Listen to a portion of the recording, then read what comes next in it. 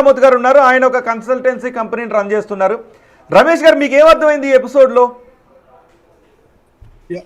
నా పేరు రమేష్ నలుపుతు అండి. నేను కెనడా నుంచి నేను కెనడాలో ఉంటానండి. So I'm running A consultancy. ఆమె ప్యూర్లీ స్టూడెంట్ కన్సల్టెంట్ అండి. బట్ నాకు ఈ వర్క్ పర్మిట్స్ అన్నిటి మీద ఐడియా ఉంటుంది నాకు కూడా. సో ఇందాక సుబ్బారెడ్డి గారు ఏదైతే చెప్పారో కంపెనీ ఇన్ఫర్మేషన్ అని చెప్పి కంపెనీ హౌస్ అని ఒక వెబ్సైట్ ఉంటుందండి, GOV.UK లో. సో వాళ్ళ పేరు, వాళ్ళ నేమ్ టైప్ చేస్తే చాలు, వాళ్ళ కంపెనీస్ ఎన్ని కంపెనీస్ ఉన్నాయో మొత్తం, ఎన్ని రిజిస్టర్ అయినాయో మొత్తం వస్తాయండి. మరి అడ్వకేట్ ఏంటి, వాళ్ళ కౌన్సిల్ ఇక్కడ అలాంటివి ఏమి రావు అని చెప్పారు? లేదు, అవుతాయండి. ఇప్పుడు మనకి ఎట్లా అయితే ఇండియాలో మనం ప్రైవేట్ కంపెనీ రిజిస్టర్ చేసినప్పుడు మనం వెళ్ళి ఇండియాలో కూడా చెక్ చేసుకోవచ్చు, అలానే UK లో కూడా మనకి కంపెనీ హౌస్ అని ఉంటుందండి. ఆ కంపెనీ వెళ్తే మనకి వాళ్ళ పేరు మీద ఎన్ని కంపెనీస్ ఉన్నాయి, ఆ కంపెనీస్ లో ఎంతమంది యాక్టివ్ గా ఉన్నారు, ఎంతమంది రిజైన్ చేశారు, మొత్తం అంతా ఫైలింగ్ హిస్టరీ కానీ, మొత్తం ట్యాక్సేషన్ కానీ మొత్తం కనిపిస్తాను అక్కడ. ఓకే. సో ఇప్పుడు మీరు చెప్పినట్టు మధుకర్ గారిది ఏదైతే ఉందో నందు, ఇది నందు అనే ఆమెది కూడా ఇద్దరికి కంపెనీస్ వచ్చేసరికి క్లోజ్ టు రామనందన అండి తన ఫుల్ నేమ్. రామనందన. తనకి క్లోజ్లీ ఇప్పుడు నందూస్ కిచెన్ లిమిటెడ్ అంటే నందూస్ కేఫ్ లిమిటెడ్ అనే 2 కంపెనీస్ ఉన్నాయండి.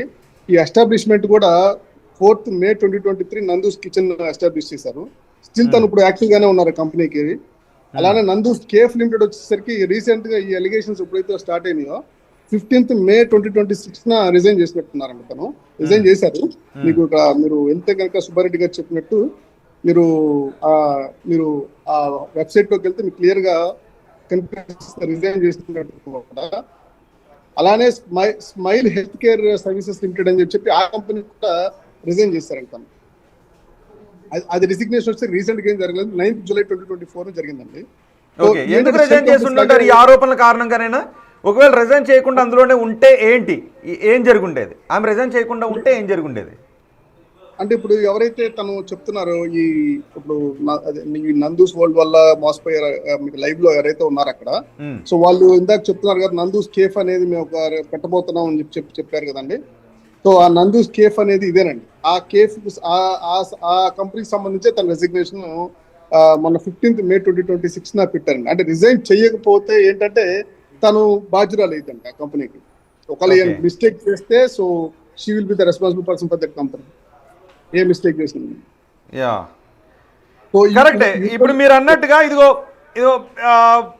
మీరు స్క్రీన్ పైన చూస్తున్నారు. ఒకసారి మీరు కూడా సెట్ చేసి మీ కెమెరాలో చూపించవచ్చు రమేష్ గారు. ఇదిగో చూడండి, 9 కంపెనీస్. ఇంతకు ముందు సుబ్బారెడ్డి గారు చెప్పినట్టుగా 9 కంపెనీస్ ఉన్నాయి. ఒకసారి జూమ్ చేయండి నరసింహ. మనం ఈ గ్రీక్ ఓయాసిస్ కూడా వాళ్ళదేనండి. ఏమేమి కంపెనీస్ కనపడుతున్నాయి? మధుకర్ జాగర్లమూడి,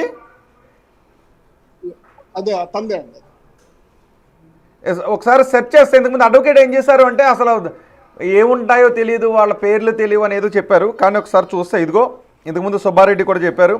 మేము సెర్చ్ చేస్తే టోటల్ నంబర్ ఆఫ్ అపాయింట్మెంట్స్ అంటే అందులో 9 అని చూపిస్తున్నారు.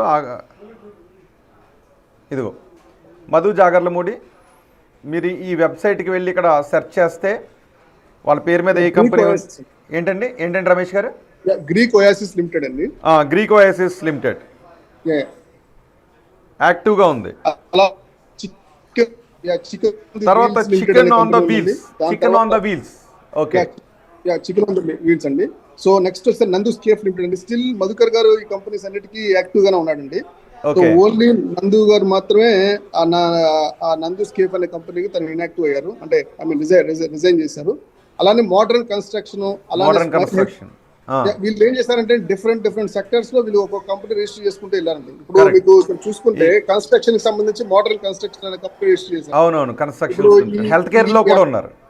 F&Bకి వచ్చేసరికి Nandu's cafe Anu chicken on the wheels ఒకటి, ఇలానే ఈ నందూస్ కిచెన్ ఒకటి రిజిస్టర్ చేశారు. అలానే ఈ కేర్ హోమ్స్ కి వచ్చేసరికి smile health care service limited అని చెప్పి ఇంకో కంపెనీ రిజిస్టర్ చేశారు. అలానే ఈ స్టాఫింగ్ కి ఈ దాన్ని మ్యాన్ పవర్ కి వాటికి ఏదైతే ఉందో the destiny recruitment and staffing solutions limited అని చెప్పి అదొక కంపెనీ 2022లో దీన్ని రిజిస్టర్ చేయడం జరిగిందండి. ఓకే. అలానే క్లౌడ్ సర్వ్ టెక్నాలజీస్ అని ఇది ఐటీ దాని కింద వీళ్ళు రిజిస్టర్ చేసినట్టు ఈ కంపెనీని. ఇది 2021 లో రిజిస్టర్ చేశారు. అలానే ఆర్ఆర్జెడ్ టెక్ లిమిటెడ్ అని ఇది కూడా ఐటీ దాని కింద స్ట్రీమ్ ఆఫ్ బిజినెస్ ఐటీ దాని కింద రిజిస్టర్ చేసినట్టు. ఇది 2018 లో వీళ్ళు చేశారు ఈ కంపెనీని. కరెక్ట్. సో చాలా సెల్ కంపెనీస్ ఉంటాయండి. సో ఇన్ని కంపెనీస్లు ఉన్నాయి కాబట్టి వీళ్ళు ఇందులో నుంచి కొన్ని ఫేక్ అంటే బాధితులు ఆరోపిస్తున్నట్టుగా, నేను అనట్లేదు, ఫేక్ సిఓఎస్ని ఇక్కడ నుంచి జనరేట్ చేసి వాళ్ళే అవాయిడ్ చేయడానికి అవకాశం ఉంటుంది, నమ్మటానికి అవకాశం ఉంటుందేమో. రైట్ రమేష్ గారు? అంతే అంటే ఇప్పుడు వచ్చింది విషయం కాదు. ఇప్పుడు బాధితులందరూ ఇప్పుడు వీళ్ళు ఇన్ఫ్లుయెన్స్ రావటం వల్ల ఇది బాగా హైలైట్ అవుతుందండి. వీళ్ళు కాకుండా చాలా మంది మోసపోయి ఈ మధ్య కాలంలో మీరు చూస్తే కనుక గత 2 సంవత్సరాల నుంచి ఎప్పుడైతే కోవిడ్ అయిపోయిన తర్వాత నుంచి ఈ మోసాలు అనేవి చేయడం, ఈ కేర్ హోమ్స్ లో ఎక్కువ మోసాలు అనేవి జరుగుతూ ఉన్నాయి. చూసుకుంటే గుంటూరులో కూడా చాలా మంది బాధితులు, నేను విన్న దాని ప్రకారం ఇద్దరు ఎవరైతే స్కామర్స్ ఉన్నారో ఈ కేర్ హోమ్స్ మీద క్లోజ్ టు 5 crores నుంచి 8 crores దాకా ఇద్దరు నిందితులు ఇట్లా చేశారని చెప్పి నేను చాలా విన్నాను, పేపర్లో పడ్డాయి. అంటే ఈ కోవిడ్ అయిపోయిన తర్వాత నుంచే ఈ యూకే కూడా ఈ కేర్ హోమ్స్ కి ఎక్కువ మ్యాన్ పవర్ అనేది కావాల్సి వస్తుందండి. సో మేజర్ గా ఇప్పుడు మన ఇండియన్స్ కూడా ఉన్న వీక్నెస్ దీన్ని అడ్డం పెట్టుకొని మన వాళ్ళు ఎక్కువ మైగ్రేషన్ కి ఇంపార్టెన్స్ ఇస్తూ ఉంటారు. ఇంగ్లీష్ స్పీకింగ్ కంట్రీస్ కి ఎక్కువ మైగ్రేషన్ ఇంపార్టెన్స్ ఇస్తారు కాబట్టి ఈ కేర్ హోమ్ వీసాలు ఏంటంటే ఈ హైహెచ్ఎస్ కూడా పే చేయాల్సిన అవసరం లేదండి, ఫ్రీగా ఉంటుంది. బట్ ఈ ఏజెన్సీస్ ఏం చేస్తాయి అంటే అండి, క్లోజ్ టు 15,000 pounds నుంచి 20,000 pounds దాకా వీళ్ళ దగ్గర నుంచి వసూలు చేస్తారు. ఫ్రీగా వచ్చే వేసాలని ఇవన్నీ ఫ్రీ అండి. అసలు ఏదైనా కాస్ట్లు ఏదైనా కానీ ఇట్ షుడ్ బి ఇల్లీగల్. ఇప్పుడు మీకు మా కెనడాలో కూడా ఎల్ఎంఐ అని చెప్పి ఒక సిస్టమ్ ఉండిద్దండి. సేమ్ ఇప్పుడు ఇక్కడ స్కిల్డ్ వర్కర్ వీసా ఎలా అయితే ఉండిద్దో సుబ్బారెడ్డి గారికి కూడా ఐడియా ఉంటుంది ఈ సిస్టమ్ అని చెప్పేది. ఎల్ఎంఐ అని చెప్పి మా కెనడాలో కూడా లేబర్ మార్కెట్ ఇన్వెస్ట్మెంట్ అసెస్మెంట్ అని చెప్పి ఎల్ఎంఐ అని వీసా ఉంటుంది. H1B వీసా ఎట్లా అయితే ఉండిద్దో యూఎస్ లో ఒక్కొక్క కంట్రీకి ఆ skilled worker, non skilled or skilled worker సంబంధించి ఒక వీసాలు ఉంటాయండి. ఏంటంటే డైరెక్ట్ గా వర్క్ పర్మిట్ మీద మన కంట్రీలోకి వెళ్ళిపోవచ్చు. ఓకే డైరెక్ట్ గా వాళ్ళ కంపెనీల దగ్గరికి వెళ్ళి ఆ వీసాను పొందొచ్చు అంటున్నారు మీరు, రైట్? నో నేనేం చెప్తున్నా అంటే డైరెక్ట్ గా వర్క్ పర్మిట్ మీద మన కంట్రీస్ కి మైగ్రేట్ అవ్వచ్చు.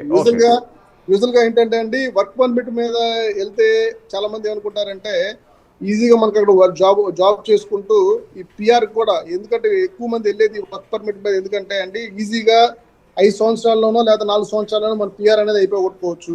ఓకే రమేష్ గారు, ఒక క్వశ్చన్ స్ట్రైట్ గా అడుగుతాను.